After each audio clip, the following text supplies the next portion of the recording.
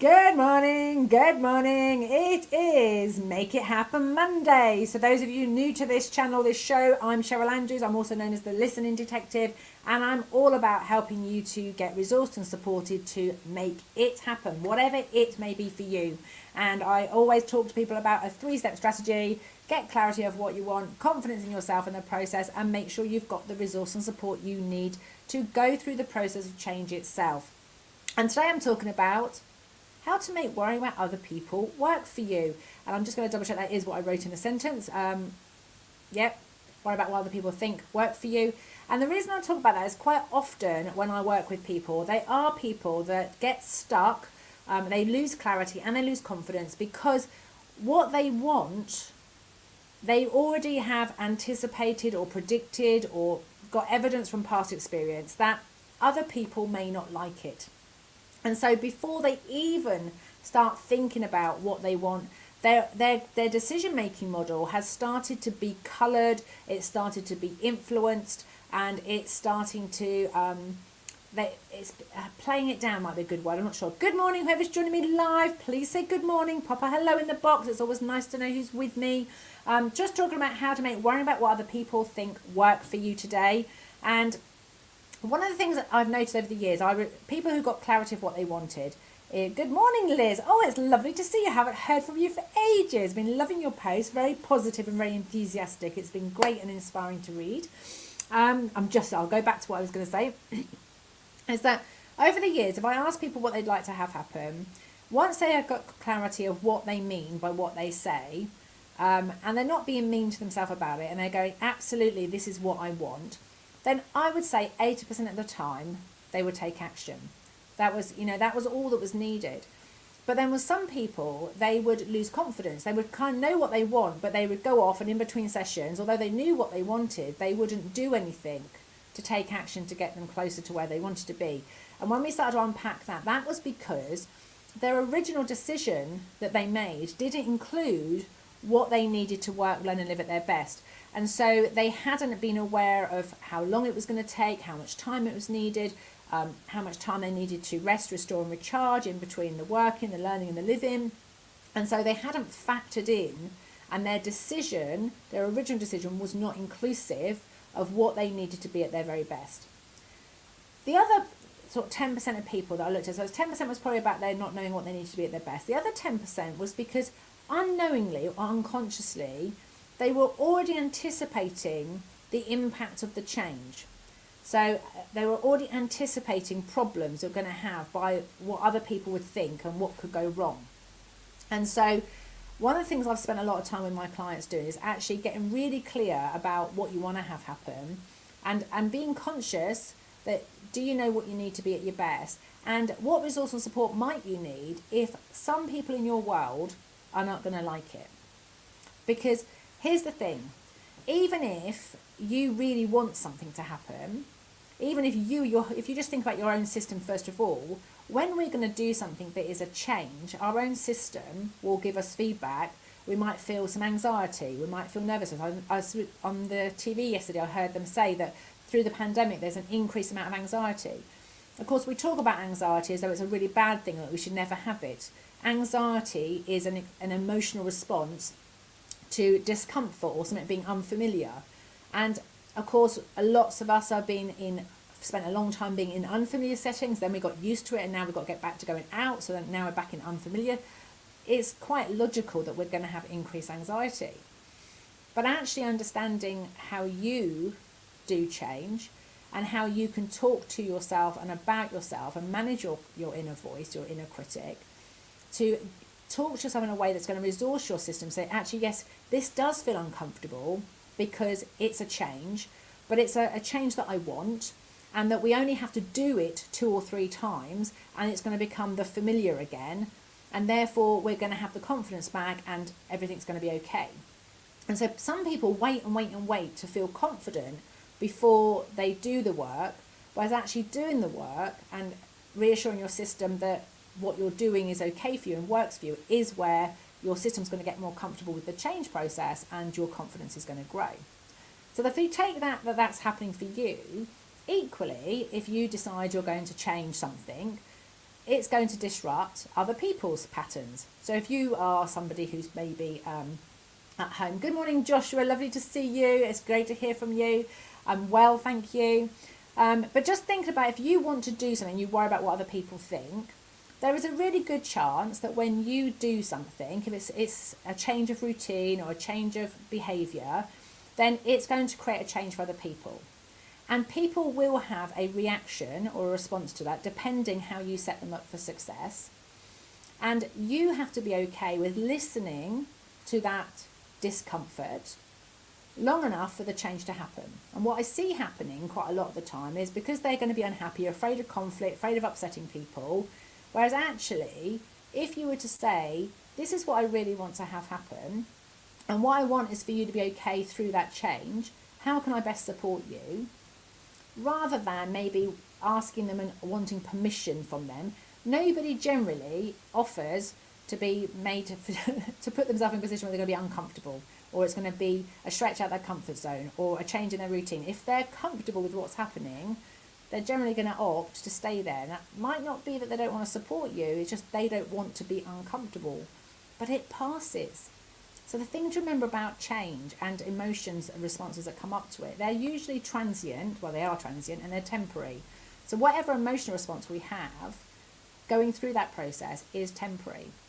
Now here's a bit of a story. Now my mum, she used to say to me, and bless her, she passed away, and actually it will be 16 years, is it 16 years? 2006, 15 years tomorrow that she passed away.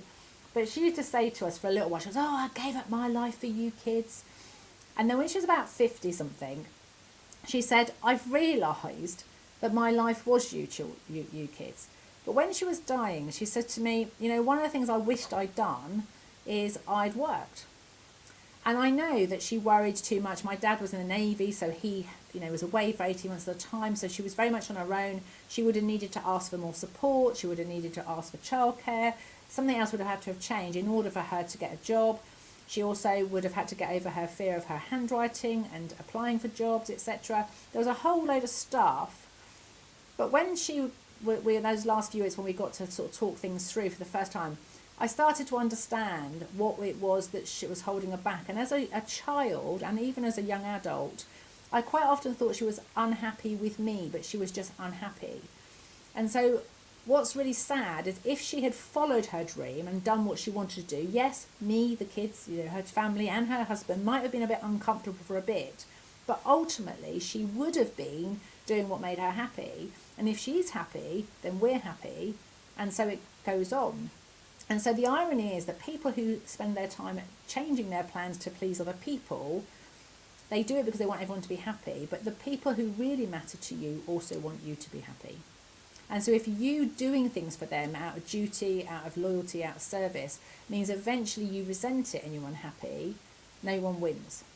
So I want you to think about 3 questions today. The ones that we usually use. The first one is, I'm just going to pop it up because Make It Happen Mondays, thinking about what would you like to have happen.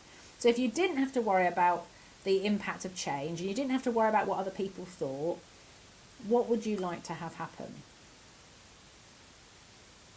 And then one of the questions you can do to help yourself, if you are someone that worries about what other people think, is ask yourself what you'd like to have happen for them and what would you like to have happen for the relationship.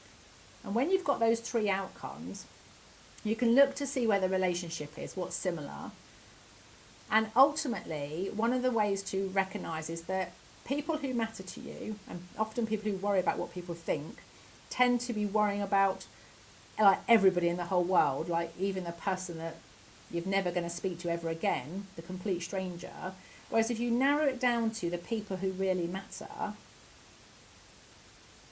then you've got less to consider. So get clear on the outcome. I'm just going to check what Liz has put. Liz has put, mask wearing is causing me anxiety. I'm exempt and no one in shops has ever taken notice of my eye lip read.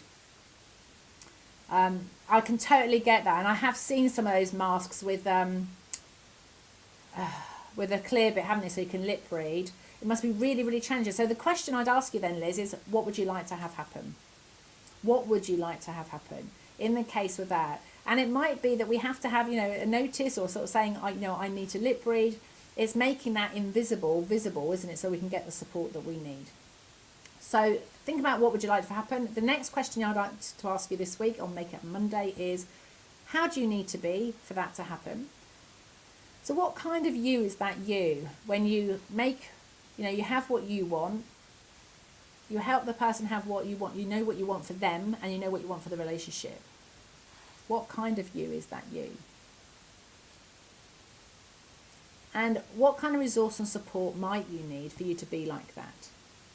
And I know for me, one of the things that works for my clients and for myself is to get real clarity of what I mean by what I say.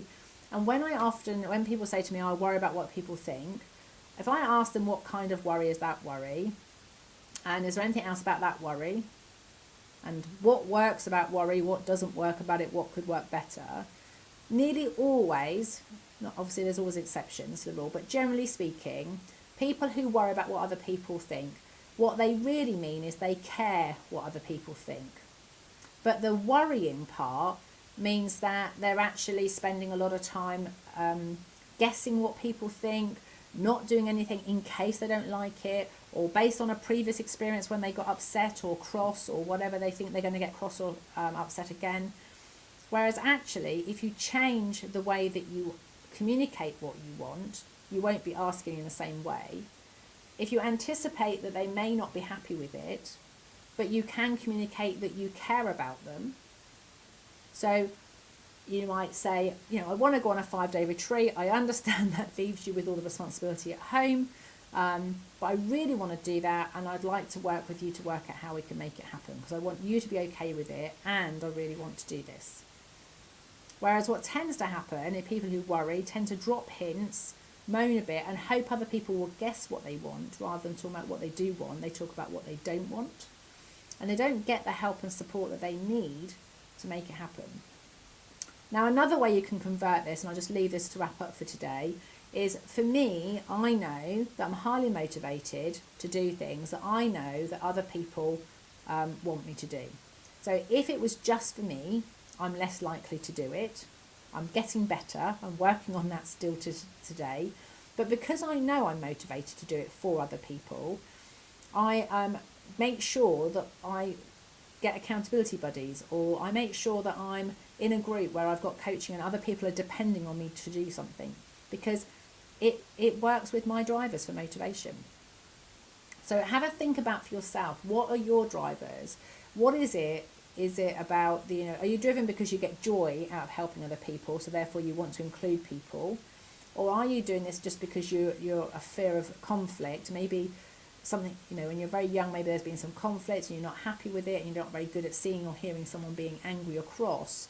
And in order to try and avoid that, you do an awful lot of things you don't really want to do. If this sounds like you, then please be aware that we do have